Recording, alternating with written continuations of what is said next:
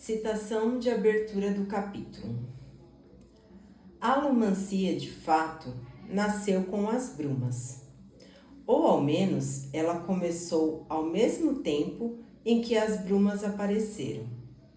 Quando Heschek tomou a força no Poço da Ascensão, ficou ciente de algumas coisas. Algumas foram sussurradas por Ruína, outras lhe foram concedidas como parte instintiva da força. Uma delas foi a compreensão das 3 artes metálicas.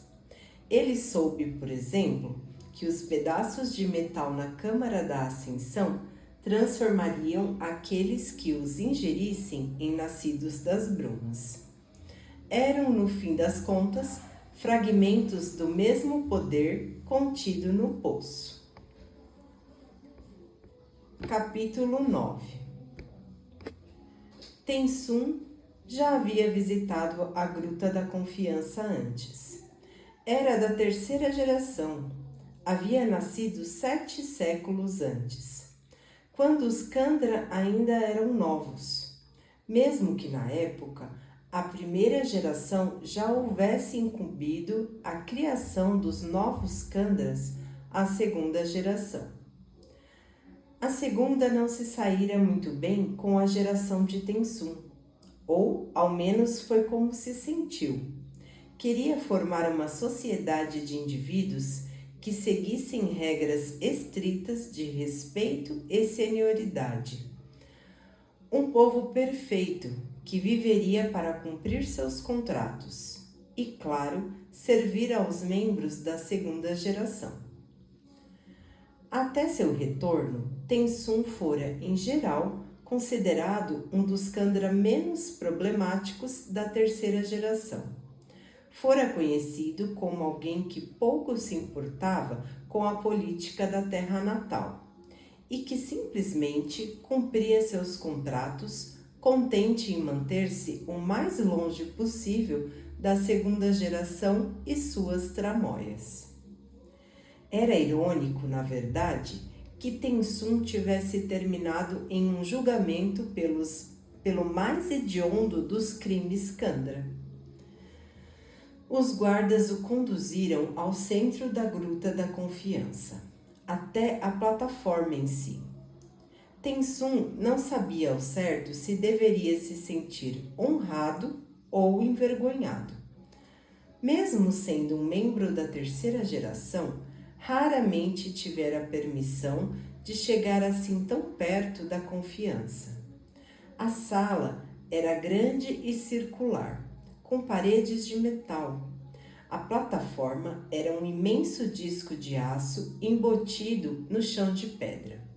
Não era muito alta, devia ter talvez 30 centímetros de altura, mas contava com 3 metros de diâmetro.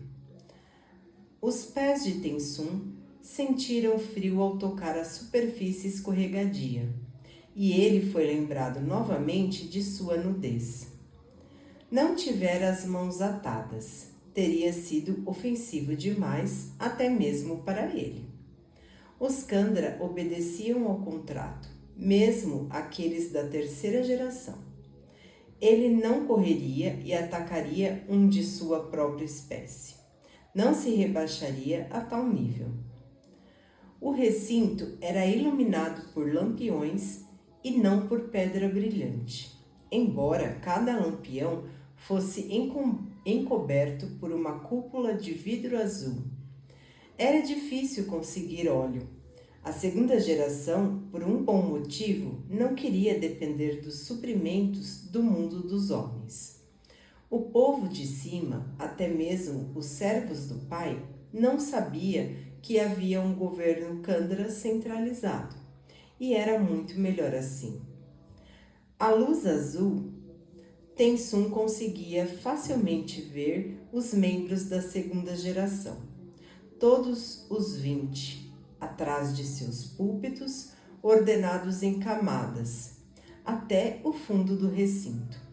Estavam perto o bastante para que vissem, examinassem e falassem, mas longe bastante para que Tensum se sentisse isolado, sozinho no meio da plataforma.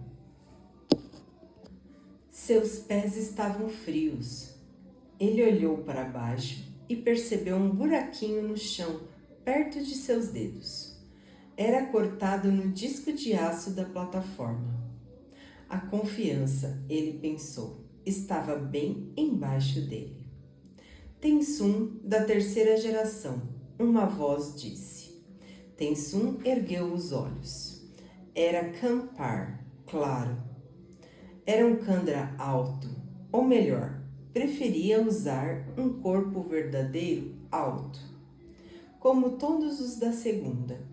Seus ossos eram feitos de cristal puro, o dele de uma tonalidade escura de vermelho. Era um corpo pouco prático, de muitas formas. Aqueles ossos não aguentariam muita pressão. Ainda assim, para a vida de um administrador na terra natal, a fraqueza dos ossos era aparentemente aceitável em troca de sua beleza reluzente.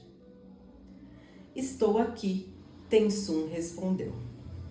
Você insiste em forçar esse julgamento? Kampar disse, mantendo a voz elevada, reforçando seu sotaque carregado. Ao ficar longe dos humanos por tanto tempo, sua fala não fora corrompida pelos dialetos deles. O sotaque da segunda geração era supostamente semelhante ao do pai. Sim, Tensum voltou a responder. Kampar suspirou num tom audível por trás de seu púlpito de pedra refinada.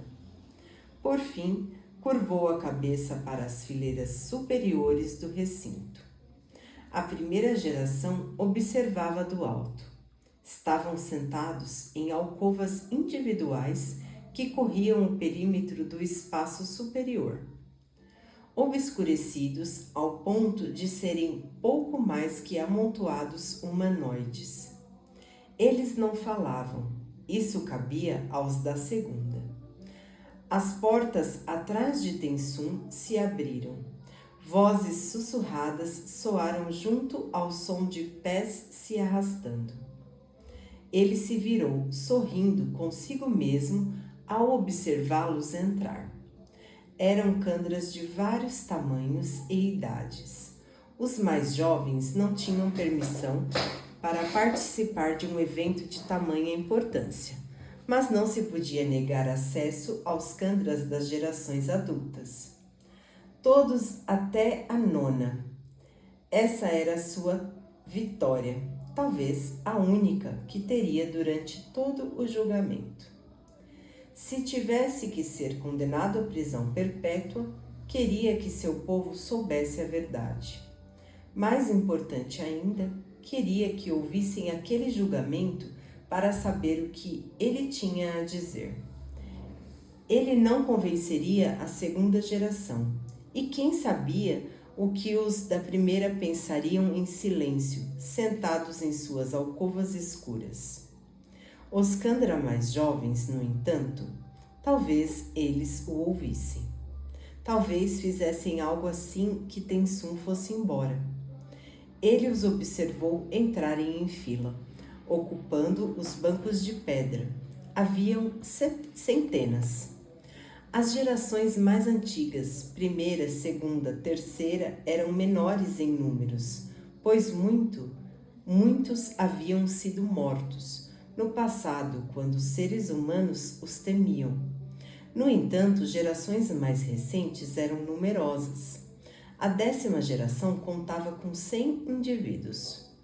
Os bancos da Gruta da Confiança, que haviam sido construídos para comportar a população Kandra inteira, estavam preenchidos até o fim, tão somente por quem, por acaso, estava livre de obrigações e contratos. Tensum havia torcido para que Milan não estivesse naquele grupo, e, no entanto, ela foi praticamente a primeira a entrar.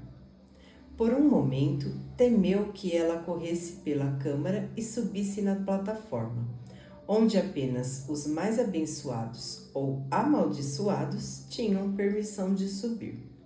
Em vez disso, ela ficou paralisada assim que passou pela entrada, forçando os outros a se espremerem, irritados, para ultrapassá-la quando encontravam lugares para ocupar. Ele não a teria reconhecido. Estava com um novo corpo verdadeiro, um excêntrico, com ossos feitos de madeira. Eram finos e flexíveis, de uma maneira exagerada e nada natural. O crânio de madeira era longo, com um queixo triangular pronunciado, os olhos eram grandes demais, pedaços torcidos de pano brotavam da cabeça como cabelos. As gerações mais jovens estavam ampliando as fronteiras do que era próprio, irritando a segunda. No passado, Tensum provavelmente teria concordado com eles. Mesmo agora, era um tanto tradicionalista. No entanto, naquele dia, o corpo rebelde dela simplesmente o fez sorrir. Aquilo pareceu confortá-la e ela encontrou um lugar bem à frente, com um grupo de outros Kandra da 7ª geração. Todos tinham corpos verdadeiros deformados. Um muito parecido com um bloco, outro com 4 braços atléticos. Tensum da 3ª geração, Kampar disse, formalmente silenciando a plateia Kandra. Você exigiu de forma obstinada um julgamento perante a 1ª geração. Pelo primeiro contrato, não podemos condená-lo sem primeiro lhe conceder a oportunidade de se defender diante dos primeiros. Caso considerem adequado poupá-lo de punição, você será libertado. Do contrário, deverá aceitar o destino que o Conselho de Secundos lhe atribuir. Entendo, Tensum disse. Então, Kampar falou, inclinando-se para a frente sobre seu púlpito. Vamos dar início aos trabalhos. Ele não está nem um pouco preocupado, Tensum percebeu. Está falando como se, na verdade, gostasse disso tudo. E por que não? Depois de séculos discursando que a 3ª geração é cheia de canalhas, tentaram todo esse tempo superar seus erros conosco. Erros como nos dar liberdade demais, deixar que pensemos que somos tão bons quanto eles. Ao provar que eu, o mais moderado dos terceiros, sou um perigo, Kampar vencerá uma batalha que vem travando por grande parte da sua vida. Tensum sempre achará estranho como os segundos se sentiam ameaçados pelos terceiros. Bastara apenas uma geração para entender seus erros. Os quartos eram quase tão leais quanto os quintos, como apenas alguns membros dissidentes. E ainda assim, com algumas das gerações mais jovens, Milan e seus amigos, por exemplo, agindo como agiam, bem, talvez os segundos tivessem direito de se sentir ameaçados. E Tensum devia ser o bode expiatório. Era sua maneira de restaurar a ordem e a ortodoxia. Certamente teriam uma surpresa. Citação de abertura do capítulo. Pepitas de pura alomancia, o poder da preservação. Por que Heshek deixou uma daquelas pepitas no poço da ascensão, eu não sei. Talvez ele não a tenha visto. Talvez pretendesse guardá-la para que mais tarde a repassasse a um servo afortunado. Talvez temesse que algum dia perdesse os poderes e precisasse daquela pepita para lhe dar alomancia. De qualquer forma, agradeço a Heshek por seu descuido, pois sem aquela pepita, Elend teria morrido naquele dia ao lado do poço. Capítulo 10. Para Sazed, era difícil avaliar o lartaísmo. A religião parecia inocente. Sabia-se muito sobre ela, graças a um guardador que durante o século VI conseguira desvelar uma coleção inteira de materiais de oração, escrituras, anotações e escritos pertencentes a um membro de alto escalão da religião. E ainda assim, a religião em si não parecia muito bem religiosa. Tinha seu foco na arte, não em coisas sagradas. No sentido costumeiro, concentrava-se na doação de dinheiro para custear monges e permitir que compusessem poesia, pintassem e esculpissem obras de arte. Isso, na verdade, obstruía as tentativas de Sazed de desconsiderá-la, pois ele não conseguia encontrar quaisquer contradições nas doutrinas. Não havia o suficiente delas para que entrassem em conflito umas com as outras. Ele segurou o papel diante de si, balançando a cabeça, lendo novamente a página. Estava presa na frente da pasta para que não fosse levada pelo vento, e um guarda-sol amarrado à sela impedia que a maior parte das cinzas manchasse a folha. Uma vez ouvira Vim reclamar que não sabia como as pessoas conseguiam ler enquanto cavalgavam, mas aquele método facilitava bastante a tarefa.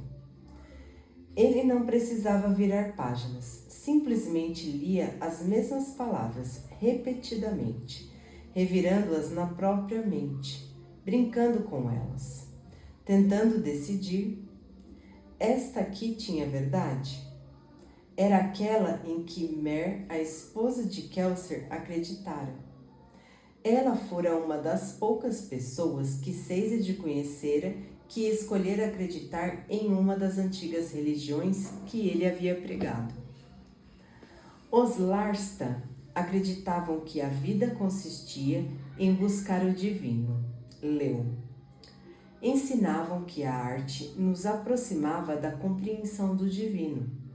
Como nem todos os homens conseguem gastar seu tempo com a arte, é benéfico para a sociedade como um todo apoiar um grupo de artistas dedicados a criar grandes obras que depois elevarão aqueles que as apreciarem. Na opinião de Sazed, isso era muito legal e interessante. Mas e as questões de vida e morte? E o espírito? O que era o divino e como coisas terríveis podiam acontecer no mundo se a divindade existia? Sabe, falou Brisa, montado em seu cavalo, há algo incrível em tudo isso. O comentário rompeu a concentração de Sazed. Ele suspirou e ergueu os olhos da sua leitura. O cavalo continuava a galopar. Incrível no quê, Lord Brisa? As cinzas. Digo, olhe para elas. Cobrindo tudo, fazendo a terra parecer tão preta. É mesmo surpreendente como a paisagem se tornou desoladora. No reinado do Senhor Soberano, tudo era marrom, e a maioria das plantas cultivadas a céu aberto parecia estar à beira de uma morte por doença. Eu pensava que isso era deprimente, mas as cinzas caindo todos os dias, soterrando o mundo inteiro. O abrandador meneou a cabeça sorrindo. Eu não teria pensado que fosse possível as coisas ficarem realmente piores sem o Senhor Soberano. Mas bem, certamente fizemos uma bagunça. Destruímos o mundo. Não foi pouca coisa, se pensarmos bem. Eu me pergunto se deveríamos ficar impressionados com nós mesmos. Sazed torceu o nariz. Flocos ocasionais pairavam no céu. atmosfera superior escurecida por sua costumeira névoa. A chuva de cinzas era leve, mesmo que persistente, caindo sem cessar por quase 2 meses. Os cavalos seguiam pisoteando uns bons 15 centímetros de cinzas, conforme eles se deslocavam para o sul, acompanhados por uma centena de soldados de Elend. Quanto tempo levaria para as cinzas se acumularem a ponto de ser impossível viajar? Ela já se empilhava por mais de 1 metro em alguns lugares. Tudo estava preto. As colinas, a estrada, os campos, árvores caíam sob o peso das cinzas nas folhas e galhos. Grande parte do mato estava provavelmente morto. Levar 2 cavalos com eles na viagem até a cidade de Lecal fora difícil, pois não havia nada para pastarem. Os soldados foram obrigados a carregar a comida deles. Tenho que dizer, no entanto, Brisa continuou, falando casualmente, protegido das cinzas por um guarda-sol preso às costas de sua sela, que as cinzas são um pouco sem imaginação. Sem imaginação? Ora, sim. Embora por acaso eu goste do preto como cor para meus ternos, acho um tom um tanto sem graça. Que mais a cinza poderia ser? Brisa deu de ombros. Bem, Vin diz que existe algo por trás de tudo isso, certo? Alguma força maligna de destruição ou algo do gênero. Ora, se eu fosse essa tal força de destruição, certamente não teria usado meus poderes para deixar a terra preta. Simplesmente falta de elegância. Vermelho. Veja, essa seria uma cor interessante. Pense nas possibilidades. Se as cinzas fossem vermelhas, os rios correriam como sangue. O preto é tão monótono que é possível se esquecer dele. Mas vermelho? Sempre estaríamos pensando, ora, veja só, aquela colina é vermelha. A força maligna da destruição que está tentando me destruir certamente tem estilo. Não estou convencido de que haja uma força maligna da destruição, Brisa, Sazed comentou. Ah, é? Ele respondeu. Sazed negou com a cabeça.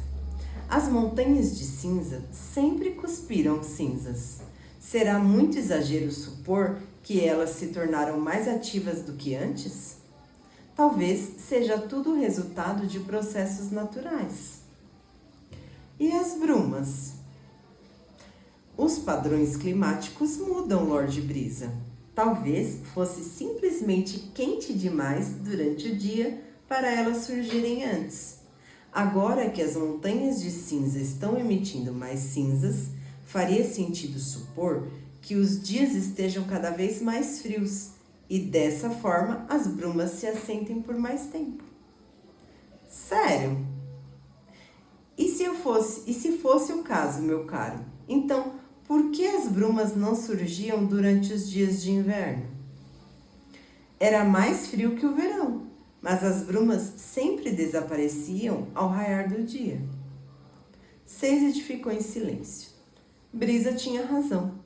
Mesmo assim, a cada nova religião que Sazed retirava de sua lista, ele se perguntava mais e mais se não estavam simplesmente criando um inimigo nessa força que Vin sentira.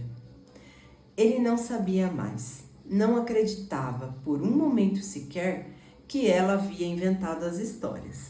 No entanto, se não houvesse verdade nas religiões, seria exagero inferir que o mundo estava acabando porque era hora de acabar. Verde, Brisa disse por fim. Sazed se virou. Ora, essa seria uma cor com estilo, Brisa continuou. Diferente. Não se pode ver o verde e se esquecer dele. Não como se esquece do preto ou do marrom. Kelsier não falava sempre sobre as plantas terem sido verdes no passado? Antes da ascensão do Senhor soberano? Antes da primeira vez que as profundezas cobriram a terra?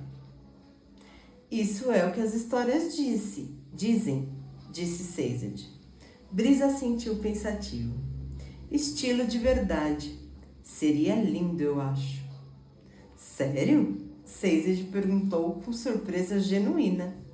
A maioria das pessoas com quem falei acha o conceito de plantas verdes bem estranho.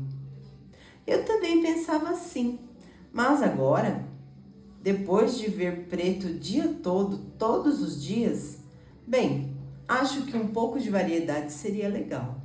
Campos verdes, pequenas manchas coloridas, como Kelsier chamava aquelas coisas?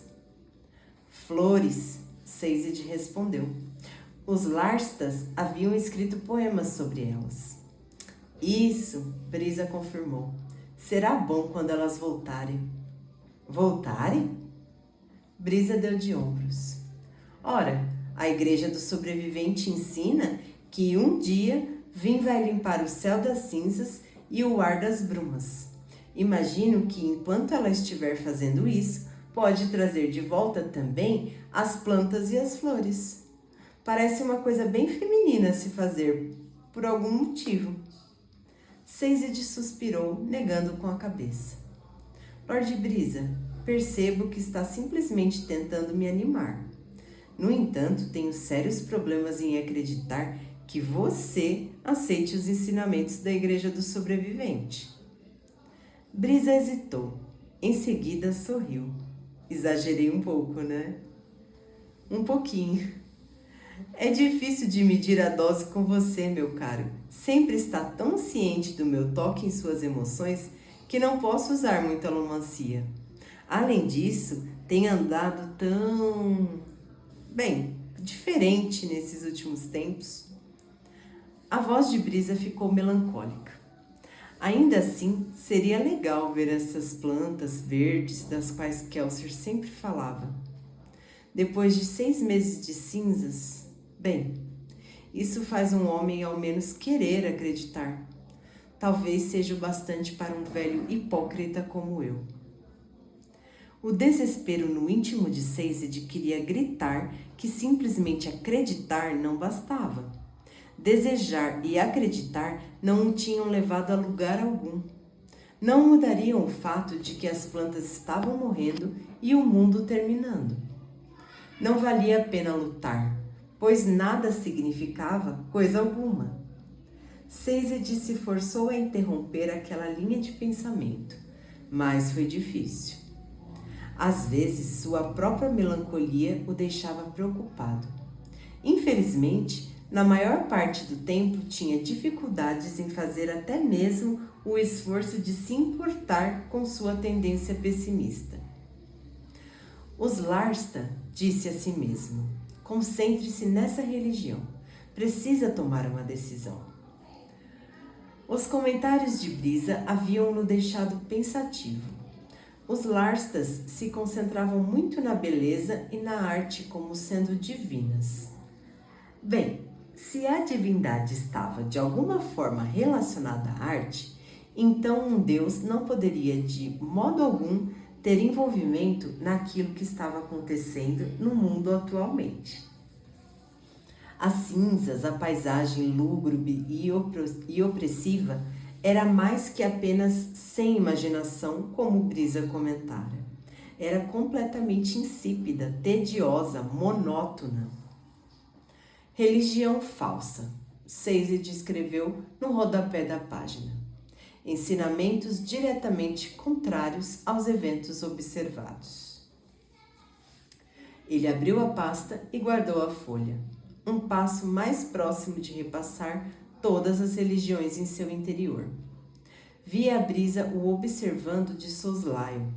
O abrandador amava segredos. Sazed duvidava que o homem ficaria tão impressionado se descobrisse sobre o que realmente era aquele trabalho. De qualquer forma, desejava apenas que Brisa o deixasse em paz em relação a seus estudos. Mas eu não deveria ser rude com ele, Sazed pensou. Sabia que o abrandador, com sua maneira peculiar, estava apenas tentando ajudar. Brisa havia mudado desde que se conheceram. No entanto, no início, apesar dos lampejos de compaixão, Brisa fora realmente um manipulador egoísta e insensível que agora apenas fingia ser.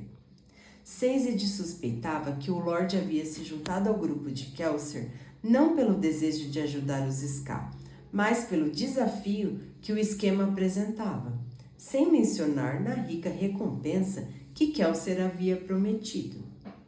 Essa recompensa, o depósito de arte do Senhor Soberano, se provara não passar de um mito. Brisa descobrira outras recompensas em seu lugar.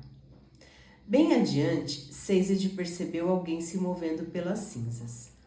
A figura vestia preto, mas contra o campo de cinzas era fácil discernir até mesmo um fraco indício colorido de pele. Parecia ser um dos batedores. O capitão Goradel ordenou que a fileira parasse e mandou um homem adiante para encontrar o batedor. Sazed e Brisa esperaram pacientemente. Relato do batedor, Lorde Embaixador. Capitão Goradel disse, aproximando-se do cavalo de Sazed pouco tempo depois. O exército do imperador está a poucas colinas de distância, a menos de 1 hora de viagem.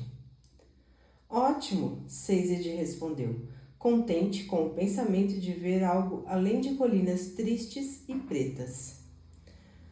Parece que eles nos viram, Lorde Embaixador. Goradel prosseguiu. Cavalos estão se aproximando. Na verdade, eles estão... Aqui? Sazed completou, meneando a cabeça para um ponto nas proximidades, onde viu um cavaleiro subindo a colina. Esse estava facilmente identificável contra o preto. Não apenas se movia com grande velocidade, chegando a galopar com o pobre cavalo pela estrada, como também era cor-de-rosa. Ah, meus sais, Brisa disse com um suspiro. Conforme se aproximava, a figura sacolejante se revelou uma jovem com cabelos dourados, usando um vestido rosa brilhante, que a fazia parecer mais nova que seus 20 e poucos anos. Auriane gostava de rendas e franjas e tendia a usar cores que a destacassem. Sazed pensava que alguém como ela daria uma amazona deplorável. No entanto, Auriane cavalgava com maestria, algo necessário para permanecer no lombo de um cavalo galopante usando um vestido tão frívolo. A jovem empinou o animal diante dos soldados de Sazed, girando-o em um alvoroço de tecidos e cabelos dourados. Prestes a apear, ela hesitou, encarando a camada de 15 centímetros de cinza no chão. Auriane, Brisa chamou após um momento de silêncio. Quieto, ela disse. Estou tentando decidir se vale a pena sujar o meu vestido para correr e te abraçar. Poderíamos esperar até voltarmos ao acampamento. Eu não quero te constranger assim na frente de seus soldados. Tecnicamente, minha querida, não são meus soldados, mas de Sazed. Relembrada da presença de Sazed, Auriane ergueu os olhos, abriu um belo sorriso para o terriçano e se inclinou numa versão montada de uma reverência. Lorde Embaixador, disse, e Sazed sentiu uma ternura repentina além do de anormal pela jovem. Ela o estava tumultuando. Se havia alguém mais insolente que Brisa com seus poderes alomânticos, era Auriane. Princesa, Sazed falou, meneando a cabeça para ela. Por fim, Auriane se decidiu e deslizou de cima do cavalo. Ela não chegou a correr, mas ergueu o vestido de um modo que em nada lembrava uma lady. Teria sido vulgar se não estivesse vestindo o que parecia ser várias camadas de anáguas rendadas por baixo. Por fim, Capitão Goradel se aproximou e a ajudou a subir no cavalo de Brisa, de forma que ela ficasse sentada na sela diante dele. Os dois nunca haviam se casado oficialmente.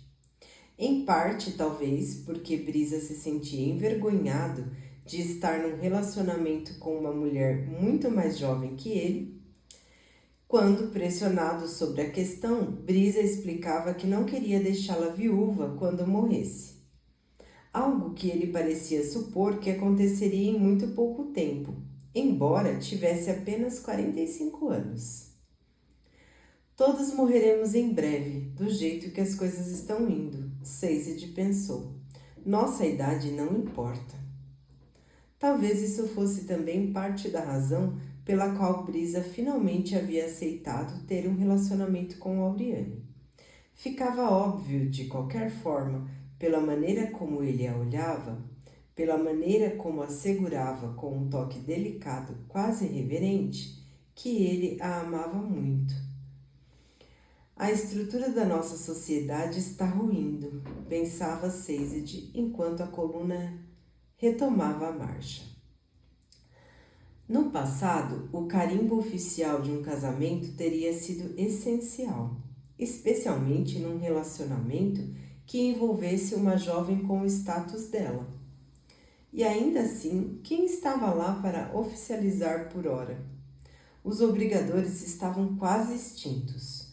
O governo de Elend e Vin surgira da necessidade dos tempos de guerra.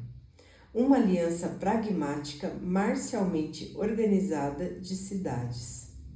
E assomando-se sobre tudo e todos, havia a consciência crescente de que algo estava muito errado com o mundo. Por que se importar com casamento quando se esperava que o mundo terminasse antes do fim do ano? Sazed balançou a cabeça. Aquele era um tempo no qual as pessoas precisavam de estrutura, precisavam de fé para perseverar. Ele deveria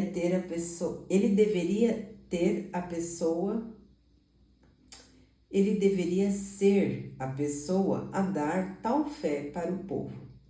A igreja do sobrevivente estava tentando, mas ela era muito nova e seus adeptos inexperientes demais nos assuntos religiosos.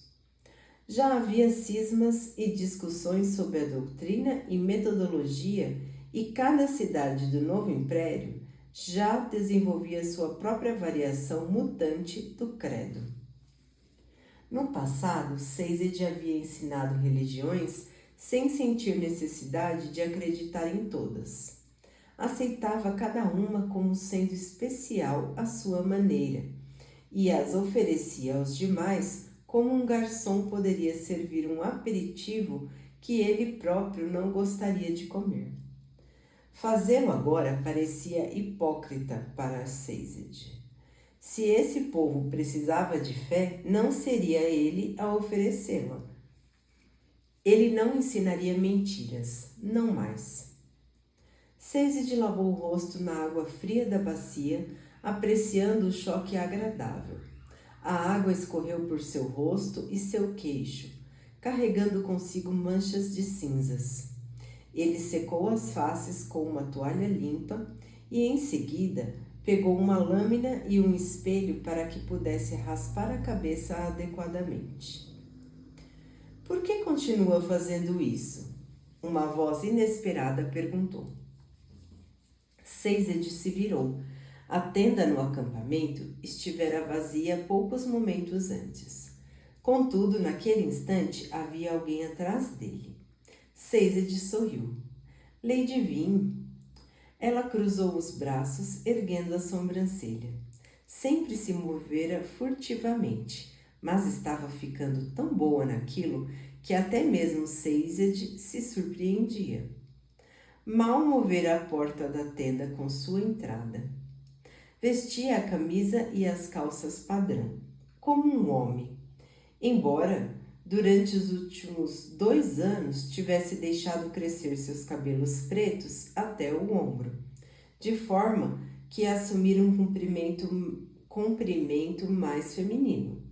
Houvera um tempo em que Vim parecia estar sempre encolhida, sempre tentando se esconder, raramente fitando os outros nos olhos. Aquilo havia mudado. Ainda passava despercebida com facilidade, devido às suas maneiras silenciosas.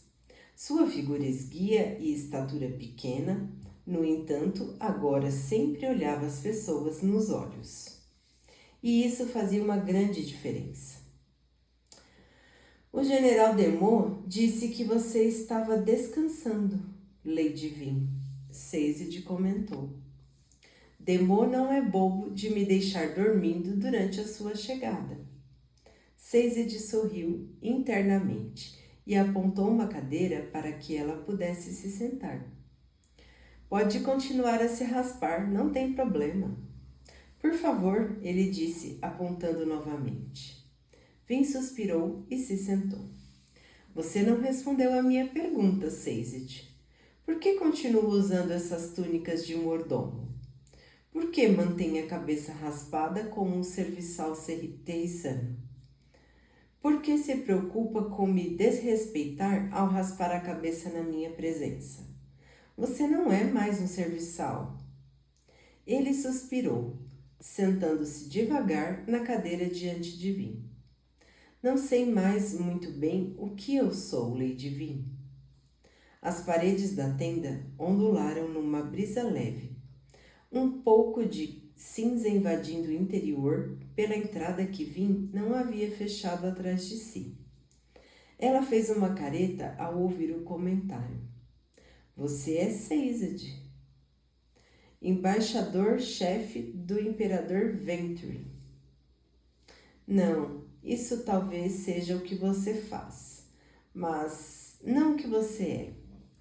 E o que eu sou então?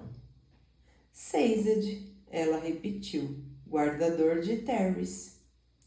Um guardador que não usa mais suas mentes de cobre? Vin olhou para o canto, na direção da arca onde ele as mantinha.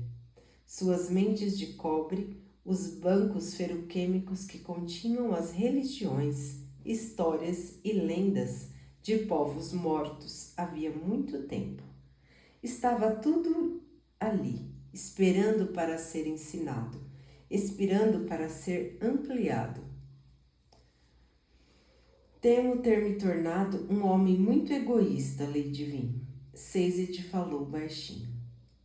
Que bobagem! Você passou a vida toda servindo a outros. Não conheço ninguém mais altruísta.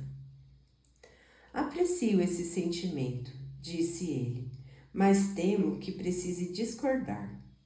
Lady Vin, não somos pessoas que desconhecem a tristeza.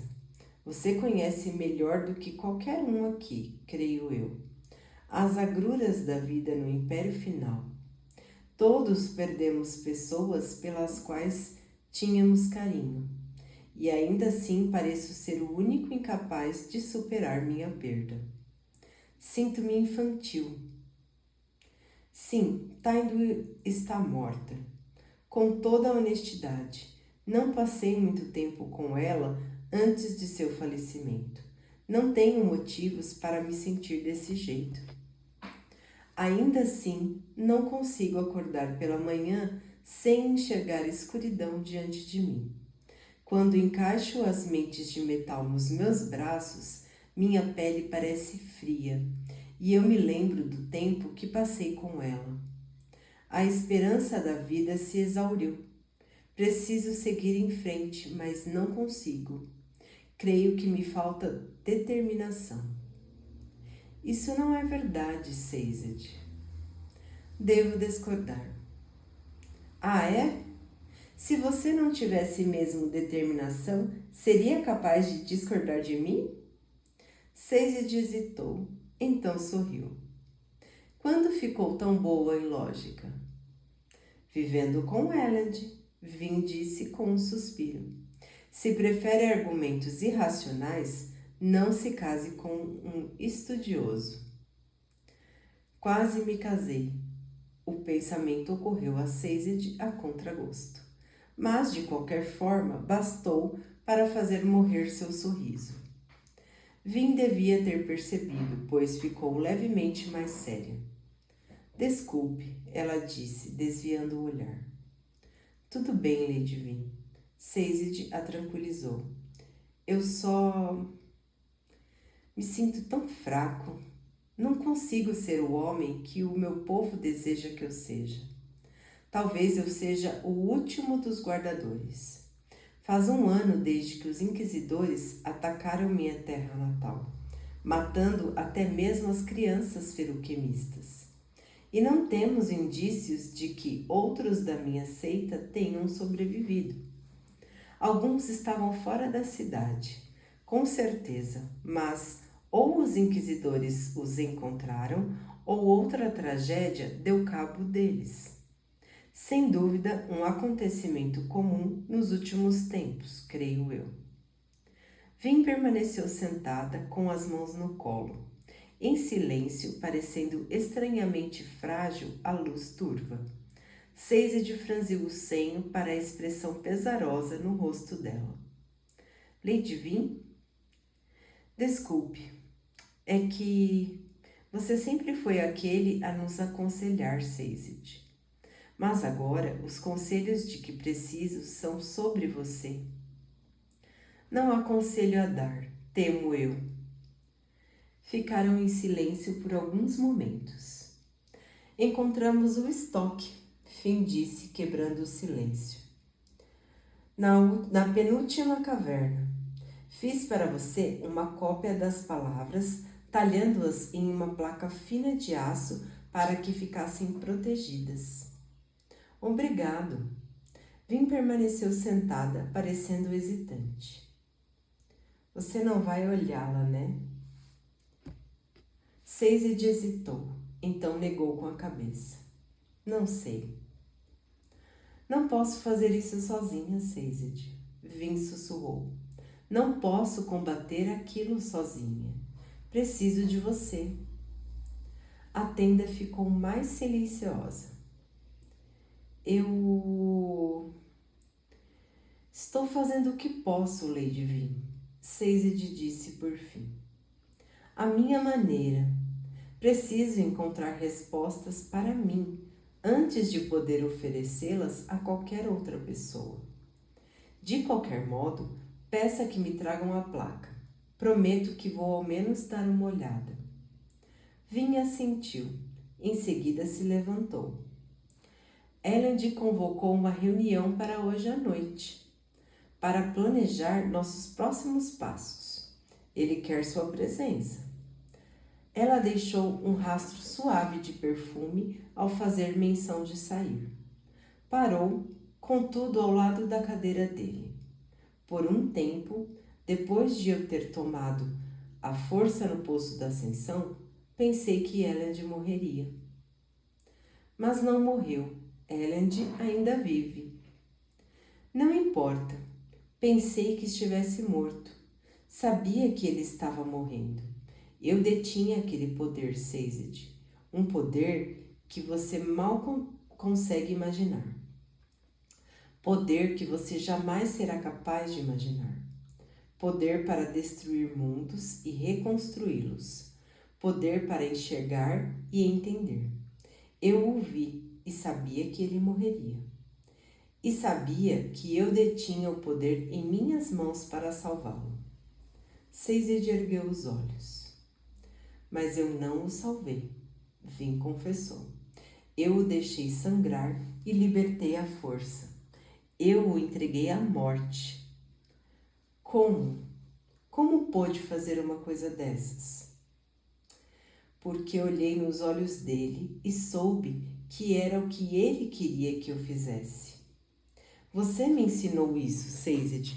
Me ensinou a amá-lo o suficiente para deixá-lo morrer.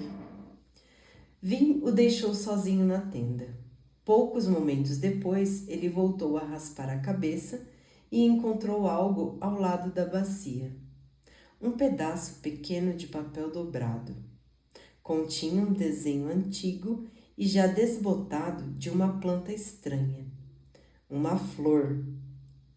A imagem havia pertencido a Mer. Passara dela para Kelser e dele para Vin. Sazed a ergueu, perguntando-se o que Vin pretendia, deixando o desenho para ele. Por fim, ele o dobrou e o guardou em sua manga, para então voltar a raspar a cabeça.